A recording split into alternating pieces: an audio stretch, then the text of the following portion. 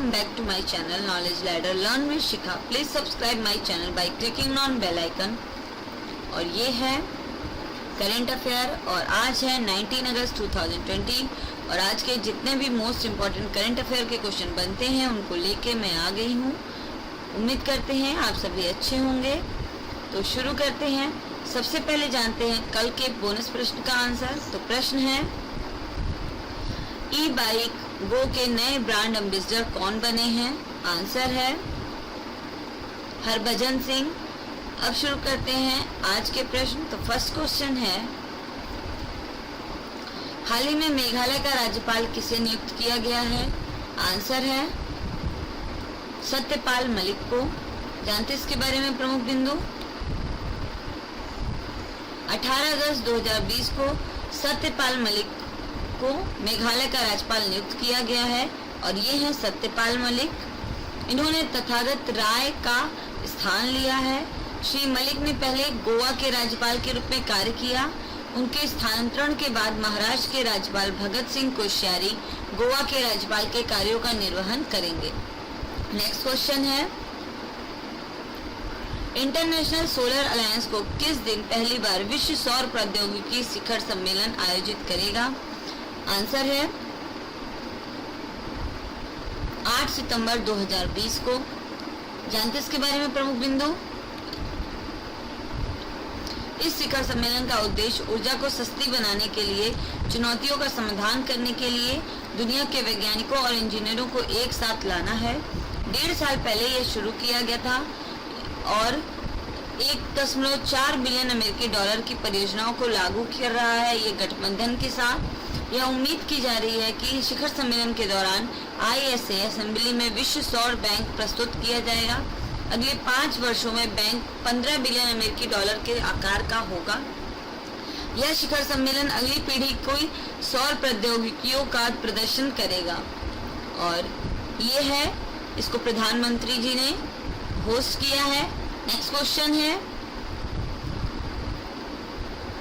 हाल ही में जनजातीय स्वास्थ्य और पोषण पोर्टल स्वास्थ्य और त्रैमासिक ई न्यूज़लेटर आलेख को किस मंत्री ने लॉन्च किया है? आंसर है मंत्री अर्जुन मुंडा ने। जानते इसके बारे में प्रमुख बिंदु। यह पोर्टल अपनी तरह का पहला है। यह भारत में जनजातीय आबादी के स्वास्थ्य और पोषण से संबंधित जानकारी प्रदान करता है।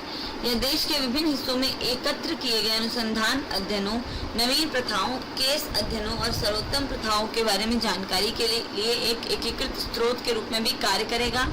भारत सरकार ने देश में आदिवासियों के जीवन को बेहतर बनाने के लिए एक अन्य पहल भी शुरू की है। गोल को फेसबुक के साथ साझेदारी में लॉन्च किया गया था इससे पहले और अब ये पोर्टल खुला है और ये है अर्जुन कुमार मुंडा। इन्होंने इसको वेबिनार के जरिए शुरू किया है। नेक्स्ट क्वेश्चन है हाल ही में ब्रिटेन ने भारत को कितने मिलियन पाउंड का इनोवेशन चैलेंज फंड लॉन्च किया है? आंसर है 3 मिलियन पाउंड। जानते इसके बारे में प्रमुख बिंदु। यूनाइटेड किंगडम सरकार ने जलवायु परिवर्तन और कोविड-19 महामारी से निपटने के लिए उद्योग और शिक्षा के क्षेत्रों में वैज्ञानिकों का समर्थन करने के लिए भारत में 17 अगस्त 2020 को 3 बिलियन पाउंड का इनोवेशन चैलेंज नवाचार चुनौती फंड शुरू किया है। इस फंड के तहत 2,50,000 पाउंड तक के कम से कम 12 अनुदान किए जाने की उम्मीद है। आवेदकों को आदर्श रूप से एक अंतर्राष्ट्रीय सदस्य के साथ एक अकादमिक उद्योग संघ के तौर पर बोली प्रस्तुत करनी होगी। यह पहल भारतीय और ब्रिटिश प्रधानमंत्री द्वारा UK इंडिया टेक पार्टनरशिप के तहत दोनों देशों के सबसे अच्छे दिमाग को एक साथ लाने, उच्च कौशल नौकरियों और आर्थिक विकास के साथ साथ दुनिया की सबसे बड़ी चुनौतियों में से कुछ पर सहयोग करने के लिए बनाई गई है और ये है इंडिया और UK। नेक्स्ट क्वेश्चन है हाल ही में फुल स्पेक्ट्रम इंडियाज वॉर्स 1972-2020 नामक पुस्तक के लेखक कौन हैं? आंसर है अर्जुन सुब्रमण्यम। जानते इसके बारे में प्रमुख बिंदु। सेवानिवृत्त air marshal vice Arjun Subramaniam द्वारा फुल स्पेक्ट्रम इंडियाज वार्स 1972-2020 शीर्षक पर एक नई किताब लिखी गई है। इसे Harper Collins publishers India private limited द्वारा प्रकाशित किया जाएगा। यह जो है यह पुस्तक इनकी पहली पुस्तक है और पहली पुस्तक India's war a military history 1947-1971 की अगली कड़ी है। इस पुस्तक में सभी प्रमुख ऑपरेशन शामिल हैं जिन्हें सशस्त्र बलों द्वारा अंजाम दिया गया, जिसमें 1999 का कारगिल युद्ध, पूर्वोत्तर में उग्रवाद, जम्मू कश्मीर में आतंकवाद और छंद युद्ध, पंजाब में अलगाववाद, हिंसा, भारतीय शांति सेना IPKF का श्रीलंका में हस्तक्षेप और नियंत्रण रेखा LOC और वास्तविक नियंत्रण रेखा LAC पर निरंतर तनाव शामिल है। और ये है वो पुस्तक। नेक्स्ट क्वेश्चन है, हाल ही में क्वालिटी कंट्रोल लैब की स्थापना समुद्री उत्पाद निर्यात विकास प्राधिकरण ने कहां पर की है? आंसर है गुजरात के पोरबंदर में। जानते इसके बारे में प्रमुख बिंदु?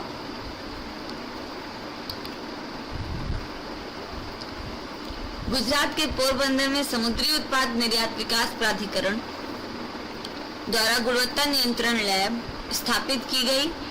क्वालिटी कंट्रोल लैब समुद्री खाद्य प्रोसेसर के साथ साथ निर्यातकों को अंतर्राष्ट्रीय नियामक आवश्यकताओं के अनुसार सुरक्षित उत्पाद की पुष्टि के लिए परीक्षण की पेशकश करेगा।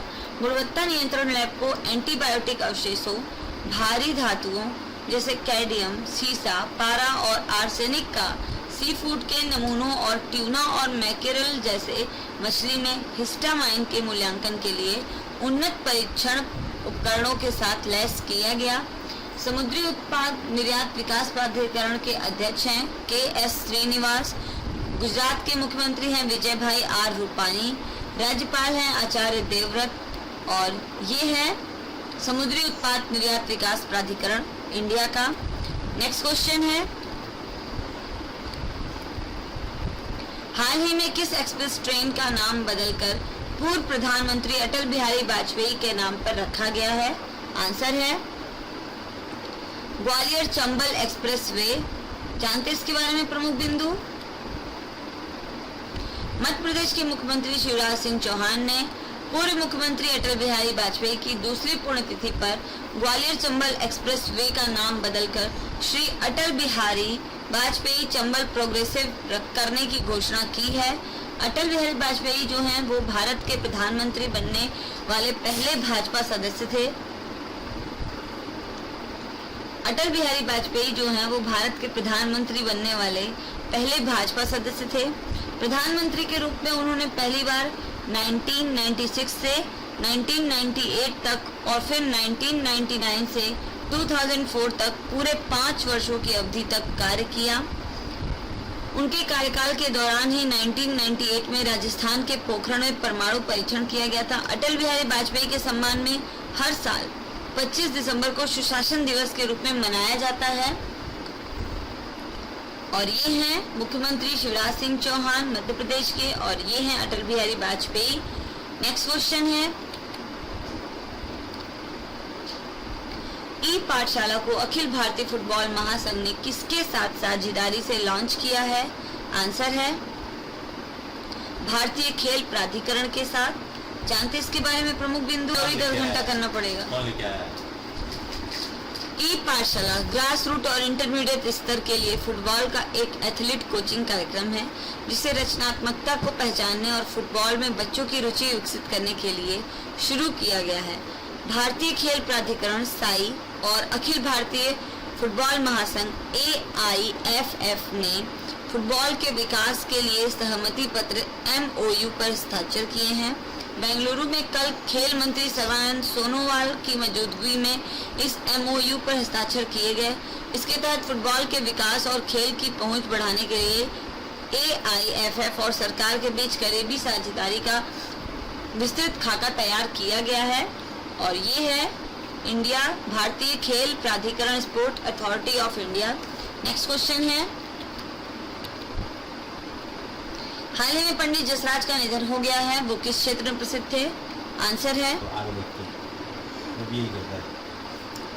शास्त्रीय संगीत जानते इसके बारे में प्रमुख बिंदु? हम निकल जाएगा एडिट करते करते। अच्छा, आप शांत रहिए।